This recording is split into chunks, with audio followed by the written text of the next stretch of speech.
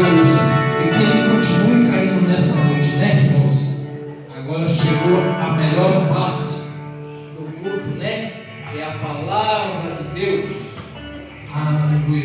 Quero aproveitar que o pastor Laio está aqui, fazer essa oração aqui, apresentando o dizimista e ofertante da casa do nosso Deus, também a serva do Senhor, ele estará sendo porta-voz do Senhor nessa noite. Amém?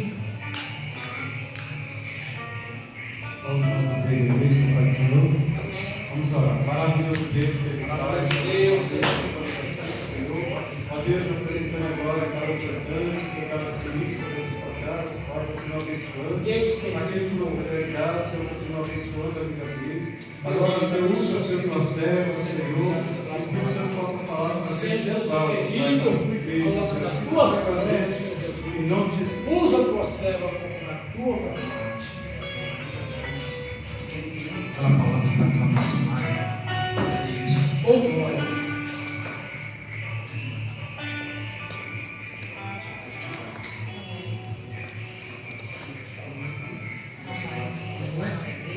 Amém, Jesus.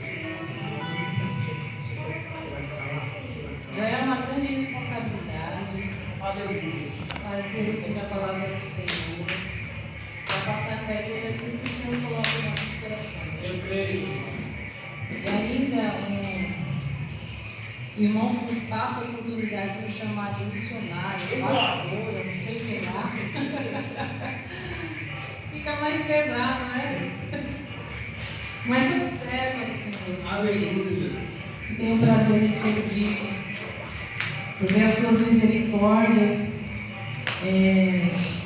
me permite, como permite a todos nós, estar de pé e diante dele, com segurança de sua palavra que é vida e é eficaz, podermos falar dele com exatidão, com muita segurança.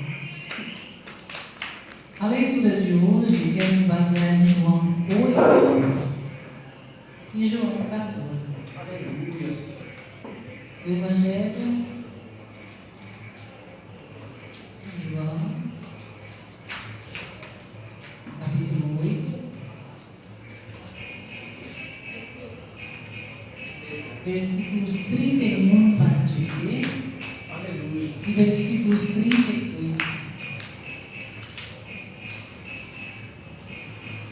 Diz o seguinte: se vós permanecerdes na minha palavra, sois verdadeiramente meus discípulos. Aleluia, Jesus. 8:32. E conhecereis a verdade, e a verdade vos libertará.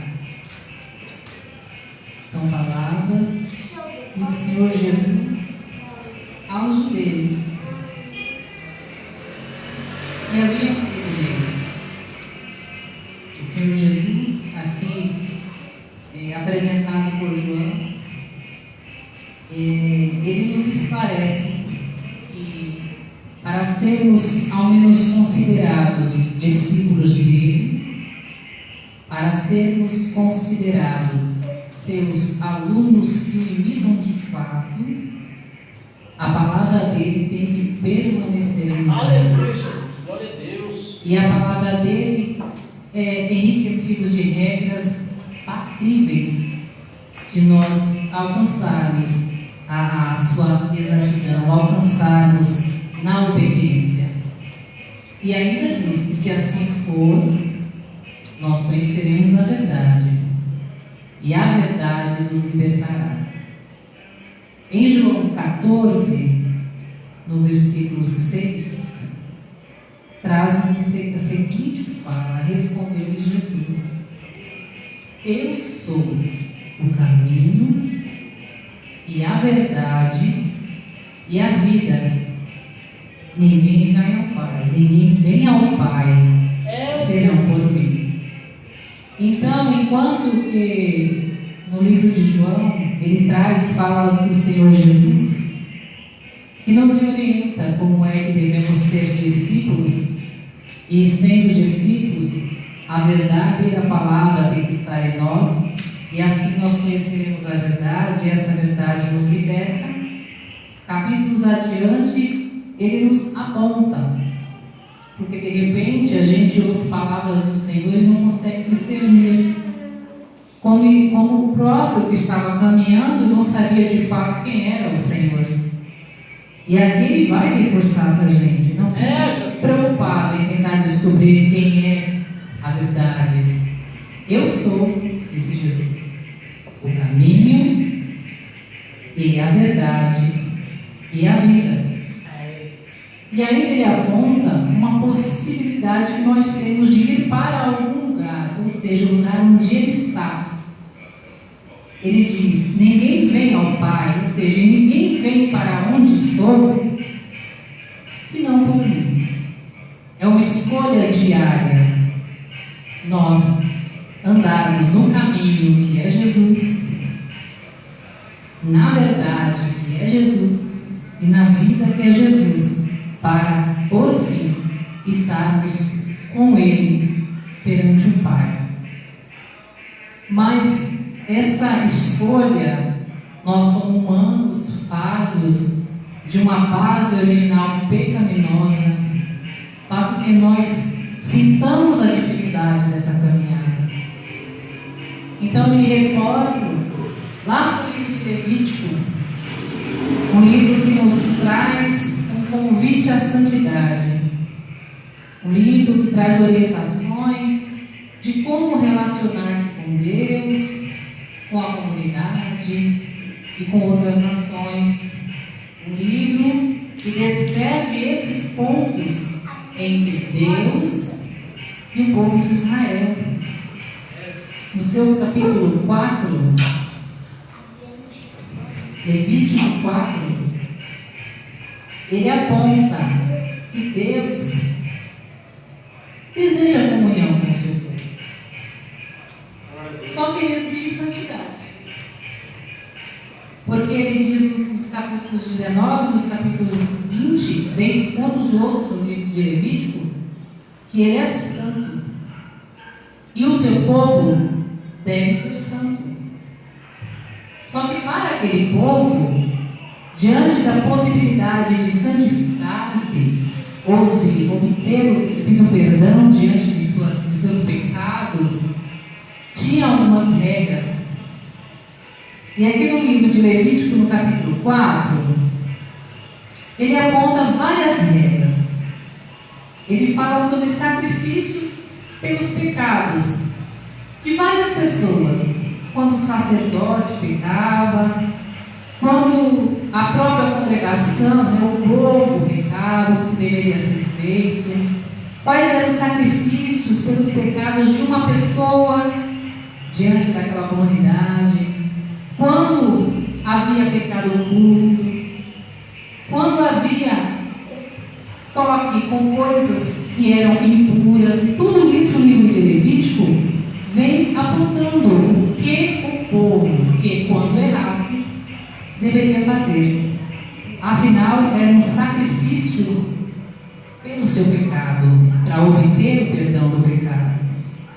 E eu queria ler aqui os versículos 27 a 31 do capítulo 4 de Levítico, que vai falar sobre o sacrifício pelos pecados por ignorância de qualquer pessoa.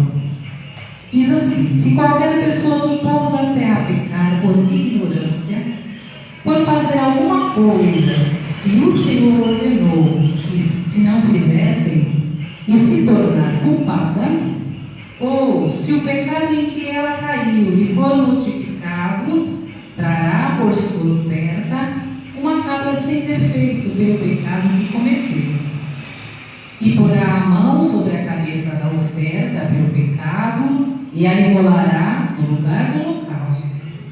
Então o sacerdote, com o dedo, tomará do sangue da oferta e o porá sobre os chifres do altar do holocausto, e todo o restante do sangue derramará sobre a base do altar. Tirará toda a gordura, como se tira a gordura do sacrifício pacífico. O sacerdote queimará sobre o altar como aroma agradável ao Senhor. E o sacerdote fará expiação pela pessoa, e lhe será perdoar. Aqui, nesses versículos, aponta que desde aquele tempo, o contato que o Senhor Deus queria em ter comunhão com o seu povo era dificultado pelo pecado. A palavra diz que o pecado afasta-nos de Deus. Mas desde os tempos antigos, Deus denota a importância que se tem de ter comunhão com Ele. E como Ele é santo, não há possibilidade de impureza e erro estar diante dele. Sabendo da nossa falha, na integralidade humana, Ele propôs uma saída. Quando você errar, você dará uma cabra ou uma ovelha, apresentará diante do local em que deve se fazer isso, depois apresentará ao sacerdote e intercederá via sacrifício, e o Senhor com um cheiro suave aceitará, e você será perdoado do seu pecado. Então aqui fala da culpa que a pessoa tinha de imediato, e a Bíblia é tão interessante que ela fala assim: independente de você saber que pecou, ou você em ignorância, ou sem pensar errou, ou querendo, você se tornará culpado no momento em que se quiser notificar sua falha. Muitas vezes nós caminhamos assim, de repente ofendemos alguém, sem intenção, nem percebemos. Mas alguém mais próximo a este fala: olha, alguém está chateado. Se você não tinha intenção de chateá-lo, dá uma culpazinha, dá aquela necessidade de ou ir até a pessoa e falar alguma coisa, ou então você fica aqui consigo numa preocupação: o que será que aquela pessoa vai pensar de mim? Entra assim uma culpa dentro da gente. E sabendo dessa possibilidade da ignorância diante do erro, também tem aquela que a gente teve intenção de fazer. Eu vou feri-la de propósito, porque ela precisa sentir que fez comigo. Esse tipo de coisa. Isso não é novidade. Nós vivenciamos isso diariamente. O povo de Israel também. E Deus deu saída. Olha, eu estou propondo que você, quando se fizer consciente das suas atitudes, se reporte ao sacerdote, denuncie-se por confissão, ou seja, apresente a sua oferta, e na hora que você trazia a cabra ou a ovelha, você deixava patente a qualquer um, você errou. Mas ali está um ato de busca pelo perdão. Em Levítico 5, no versículo 5, a parte C e do versículo 5, eu lerei. Será, pois,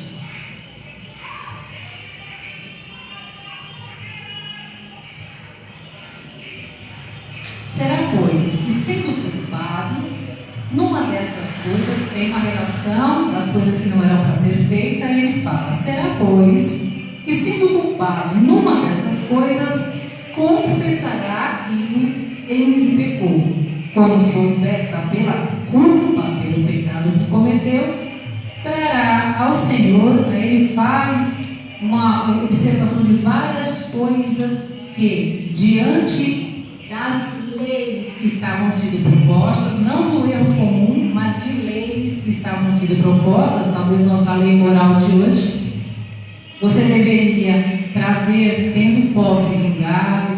Se a sua posse fosse menor, você traria uma cabra ou uma ovelha. Se você não tivesse condição para isso, você traria uma rolinha ou 2 pombinhos para que seja sacrificado pelo perdão do seu pecado. E ainda, você que não tivesse condição de ter o gado ou até o pombinho, trouxesse sua melhor farinha. É a parte linda que eu vejo no Senhor. E sempre existiu classe social. Não é uma coisa nova, Pobre sempre existiu, rico sempre existiu. Quem tem mais que você sempre existiu.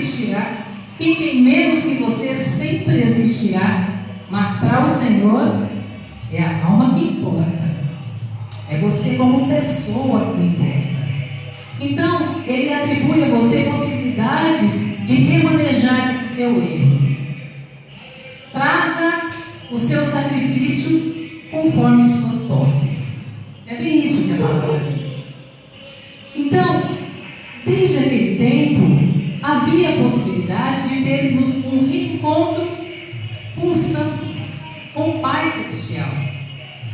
Então, a culpa já não era uma coisa que ficaria em nós, porque teria saída. O pecado também não era algo que estaria em nós, porque naquele ato sacrificial nós teríamos redenção. Só que muitos anos passaram, homem e mulher continuam sendo pecadores. Só que em João, no livro de João apresenta Jesus como o Cordeiro Sacrificial. No seu capítulo 1, no versículo 29, ele diz assim: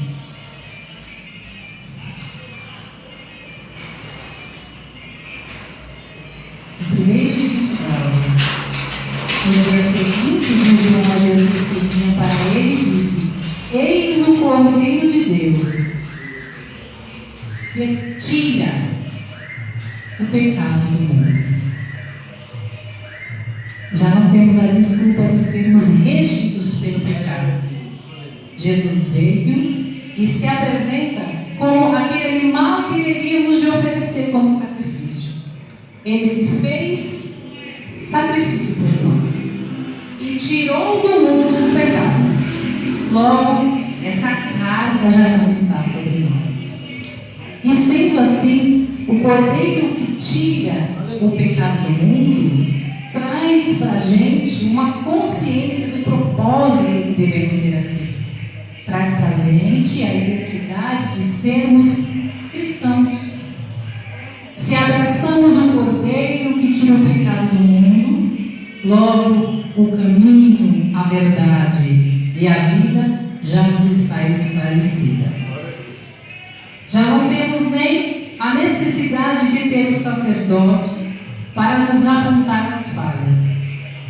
As leis que nos regiam foram quebradas, porque Jesus se tornou o sacrifício disponível para que nele nos escondêssemos, abraçando esse perdão e vivêssemos sem a pressão da culpa. Mas por que ainda a culpa nos cerca? A culpa ela nos aponta um arrependimento, mas ela não é o próprio arrependimento. A culpa é uma espécie de imposição da clareza que você tem, que você falhou, ou pelo que se fez, ou por aquilo que você não fez e entende que deveria fazer. Mas o Senhor Jesus, mediante esta realidade que vivemos, uma realidade de culpa, ou em questões que nos assolam mentalmente, ou em questões que nos assombram diante de coisas espirituais que não entendemos, que a palavra do Senhor fala: não faça isso, de repente nós fazemos, como disse Paulo: aquilo que eu não quero fazer eu me vejo fazendo, e aquilo que eu quero não estou fazendo. Diante dessa condição, que a culpa hoje nos cerca e nos está acertando diariamente, a ponto de fragilizar o nosso corpo. Nos tempos atuais, os sintomas corpóreos por causa da culpa têm sido acrescidos. Mas onde está o Cordeiro de Deus que tira o pecado do mundo? Porque a culpa nos cerca tanto nos dias de hoje? Porque nós não conseguimos nos distanciar da condição de repreensão mental, inclusive mental. Porque as pressões do mundo nos prendem tanto a questões que a gente julga por falha. Deus. Se em Jesus Cristo nós já temos o perdão do nosso pecado, que nos faz presos nessa opressão? O que nos faz presos nessa ideia de que precisamos pagar preço? Satanás, ele é ardiloso. Ele impõe em nossa mente ou em nossos corações questões que nos prejudicam diariamente. Ele faz questão de fazer a gente acreditar que qualquer sacrifício que não a mutilação da nossa carne terá efeito na nossa existência. Aquele ato de nos machucarmos, de nos ferirmos, de nos punirmos, é Satanás que impõe. Porque Jesus é o Cordeiro que nos fez, que foi nos dado como sacrifício para perdão dos nossos pecados.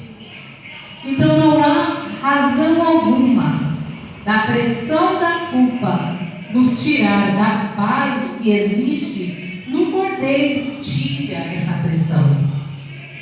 Em João 1, de 8 a 9, ele traz uma consideração muito importante. Ele fala que a gente peca, ele fala que a gente erra, ele fala que a culpa do pecado é algo existente porque ela flui, ela está ali diária, a gente peca, se arrepende ou não e peca de novo. Então, ela está ali pronta para vigorar na nossa vida como uma realidade, uma verdade maior. Ele diz no capítulo 1, versículo 8 e 9, ele diz assim: se dissemos que não temos pecado nenhum, a nós mesmos nos enganamos, e a verdade não está em nós. E Jesus Cristo é o caminho, a verdade e a vida. A gente não pode esquecer isso. E ainda reforçou no começo: e conhecereis a verdade, e a verdade vos libertará.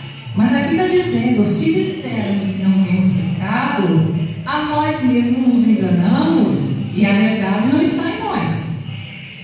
Mas se confessarmos nossos pecados, Ele é fiel e justo para nos perdoar os pecados e nos purificar de toda a injustiça. O que está expondo é que o verdadeiro reconhecimento do erro, do pecado, fazia naquele povo a imposição de que era culpado.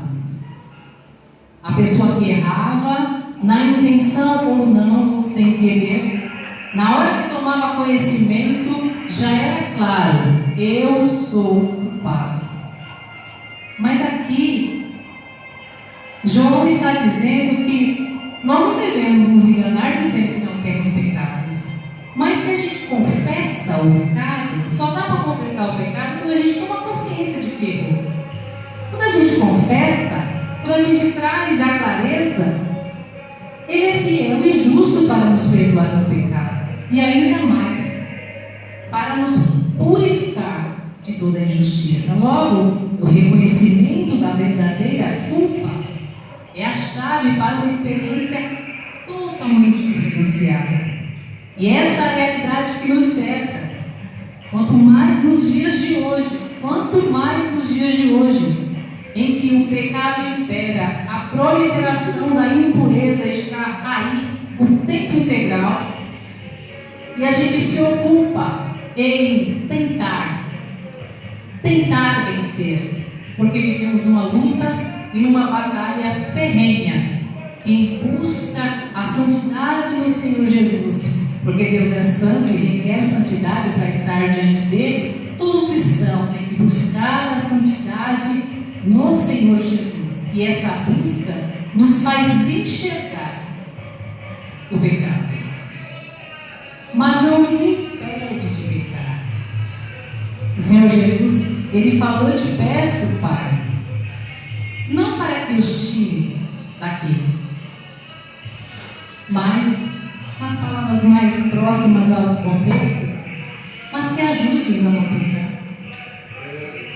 Favoreça pelo teu Espírito, que enquanto o Senhor Jesus subiu, deu-nos o Espírito Consolador, a aquele que nos ajuda e nos convence do pecado, da justiça e do juízo. Então, nesse momento, nós não estamos sós. A batalha se dará. Ela quer se perpetuar, mas temos o Cordeiro sacrificial. Temos Cristo, o Cordeiro que tira o pecado do mundo. E como antes também se apresentava aos sacerdotes para que ele fizesse o sacrifício, apresentasse o holocausto ao Senhor, em Hebreus 5 nos veio uma ótima referência de possibilidade de caminhada, mesmo diante desse império do mal que nos obriga a ficar driblando para podermos sair ilesos do pecado no nosso dia a dia. Hebreus 5, de 14 a 16, ele nos apresenta o sumo sacerdote. Como em Levítico tinha necessidade do cordeiro sacrificial, o Senhor Jesus também é o sumo sacerdote. E aqui nos versículos 14 a 16 diz: tendo, pois, a Jesus, o Filho de Deus, como grande sumo sacerdote que penetrou os céus, conservemos firme a nossa confissão.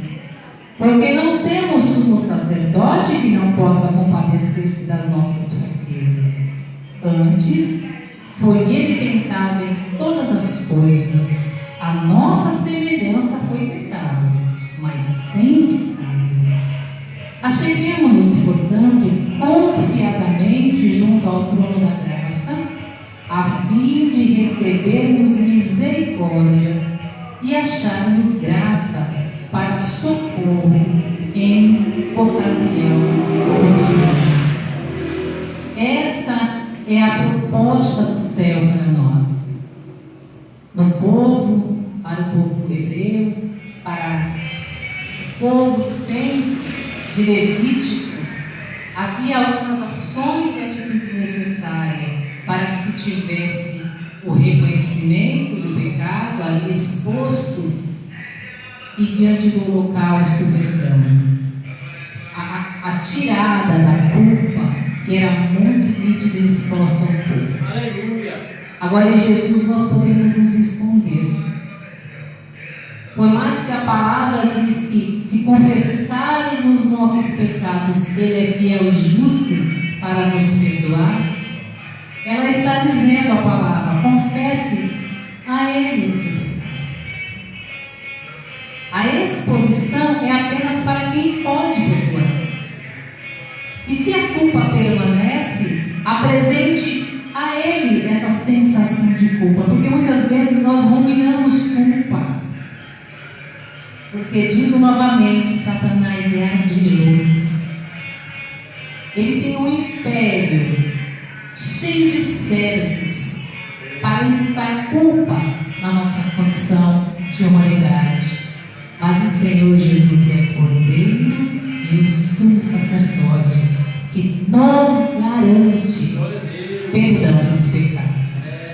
Precisamos sim confessar os nossos pecados. Precisamos sim identificar os nossos limites para que não venhamos repetir esse ato de pecar e pecando sempre nas mesmas questões. Tem questões que são do homem e numa esfera terapêutica, assim que Deus também preparou isso para o homem, a ciência, pode ser esclarecido o porquê que eu ajo assim, porquê que eu faço assim. Muitas vezes a gente se vê repetindo aquele mesmo erro e não entende. Só que o Senhor Jesus, Ele nos fez. A gente não pode esquecer que o Senhor não ignora a quem Ele fez. No princípio, quando Ele nos formou, Ele fez-nos imagem e semelhança dEle. O pecado veio e contaminou o homem, para que se reestruturasse de novo essa parte divina em nós mandou Cristo Jesus, o Cordeiro e sumo sacerdote, para colocar em nós essa ligação através do Espírito Santo que nos torna nessa divindade com Ele. E é nesse ponto que nós não devemos nos perder. Não estamos soltos, irmãos. Não somos androides. Não somos seres inerrantes. Nós erramos. E o Senhor, quem nos fez, identifica nossos limites e por isso nos providencia escape diariamente até que Jesus venha e nos leve. Mas para que Ele nos leve, a nossa jornada de buscar a santidade tem que ser diária. A nossa jornada de buscar os caminhos retos do Senhor tem que ser perseguida, porque assim perceberemos as nossas falhas e olhando para Cristo teremos a saída. Que a palavra do Senhor, que ativa o meu coração como uma fonte de reconciliação, como uma fonte de reencontro com o Senhor, também possa ativar o seu coração. O Espírito do Senhor que sopra no teu espírito e que confere a você a possibilidade de ser um só em Cristo Jesus, possa reforçar em você o vigor de não pecar, o vigor de, pecando, reconheça, confesse, peça para o sacerdote e o cordeiro tirar este pecado, para que a culpa não seja sobre você como uma lei, porque Jesus veio para nos perdoar e resgatar uma vida em Cristo Jesus, e essa vida é de paz e plena convicção de que Ele é Senhor e Salvador das nossas vidas. Eu agradeço a oportunidade em nome de Jesus e peço aos irmãos que, mediante a palavra do Senhor, busque, quando a palavra do Senhor dói, nos nossos ouvidos, porque somos quem pecamos, somos os que pecamos, somos também aqueles que buscamos perdão do Senhor. Ela nos corrige, sim, mas ela também propõe nos nossos corações a calmaria. Então, irmãos, que a paz do Senhor Jesus esteja em seus corações e a convicção de que o Cordeiro e o Sumo Sacerdote está para você como perdoador e está pronto para que naquele dia, com muita alegria, você possa se encontrar com Ele. Amém? Glória a Deus. Boa essa palavra, né? Que Deus continue nos abençoando na noite, poderosamente na palavra do Senhor. Que Deus abençoe. Desde já, irmãos, quero agradecer a presença de cada um dos irmãos que estiveram conosco nessa noite. Para quem não sabe, o pastor Paulo foi ali representar a nossa congregação ali na igreja do pastor Edmilson, juntamente com a sua esposa Bia, depois que não estão aqui. Também quero agradecer a irmã que mais uma vez esteve conosco também, se quiser, as portas estarão abertas. E o que nos resta, irmãos, somente agradecer a Deus, Quero convidar a Mata Igreja para estarmos fazendo uma oração para dar a finalização com o culto nessa noite, em nome de Jesus. Soberano Deus e eterno Pai, Senhor Jesus, nessa noite estamos aqui, Senhor Jesus, para agradecer por mais essa oportunidade, a qual o Senhor nos concedeu para estarmos na Tua presença. Deus, eu te louvo, te agradeço por cada um dos Teus servos, das Tuas servas, que estiveram aqui conosco nessa noite, que não mediram esforço nem dificuldade para estar aqui, Senhor, ouvindo a Tua palavra. Deus, pedimos que nessa noite o Senhor nos leve em paz e segurança para nossos lares, abençoando, Senhor, a família de cada um dos Teus servos, das Tuas servas. Pedimos que nessa noite, meu Pai querido, o Senhor venha nos dar uma ótima semana, Deus, abençoada, em nome de teu filho amado Jesus Cristo, Pai. Nesta noite, Deus, é que nós te pedimos, Senhor, e te agradecemos em nome de Jesus. Amém. Amém.